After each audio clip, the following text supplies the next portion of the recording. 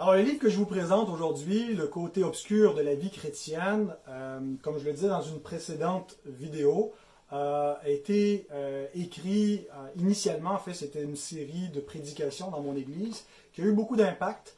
Je dirais que parmi tous les séries de messages que j'ai fait, celle-là a été la mieux accueillie par les personnes de mon assemblée qui semblaient s'identifier, s'approprier particulièrement les messages.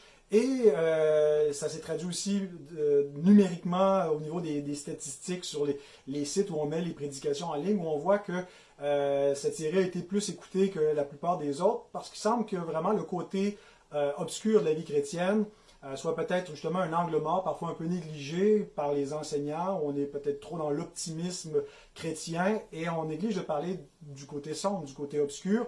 Et alors, beaucoup de chrétiens semblent vraiment s'identifier aux problématiques qui sont adressées. Je ne le présente pas comme une solution miracle en disant « lisez ce livre, puis tous vos problèmes vont s'arranger, vous allez tout comprendre ». J'ai plutôt une approche qui se veut réaliste.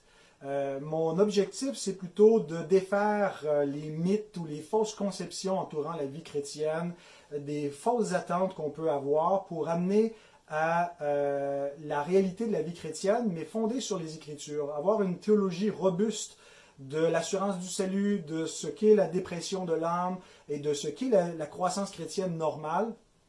Et donc de ne pas se mesurer en se comparant aux super chrétiens ou à tel type de chrétien, mais de se fonder sur les Écritures. Et ça va dégager des fardeaux qu'on peut avoir parfois, de la culpabilité qu'on peut vivre, parfois une fausse culpabilité qui ne vient pas d'une vraie compréhension qu'on a de la vie chrétienne, mais on se culpabilise parce qu'on ne sent pas que notre vie atteint les standards qu'elle devrait être, mais est-ce que les standards qu'on a sont les bons? Alors mon objectif, c'est de nous ramener à une perspective biblique, d'être fondé sur une bonne théologie de ces points et de la vie chrétienne.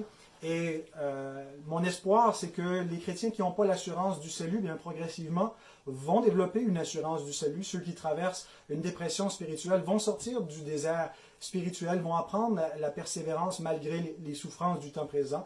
Et ceux qui ont toutes sortes de questionnements par rapport à la croissance de la vie chrétienne normale vont trouver des réponses qui ne vont pas faire que ça va être magiquement tout est rose, tout est beau, mais va leur donner la perspective qui leur est nécessaire pour persévérer jusqu'à la fin. Et en tout cas, c'est pas mal les échos des encouragements que des frères, des sœurs m'ont témoigné, qu'ils ont eu en suivant cette série et en lisant les messages, et donc déjà aussi les échos que j'ai de certains qui ont lu le livre et qui en ont été encouragés. Alors j'espère qu'il va vous faire également cet effet. Si vous connaissez des gens que vous pensez qui ont besoin d'une meilleure perspective biblique, qui traversent le côté obscur de la vie chrétienne, eh bien voilà, n'hésitez pas à le partager. Et ça me fera plaisir d'entendre aussi de vos nouvelles. Si vous voulez entrer en contact avec moi, il me fera plaisir de vous répondre. N'hésitez pas à le faire.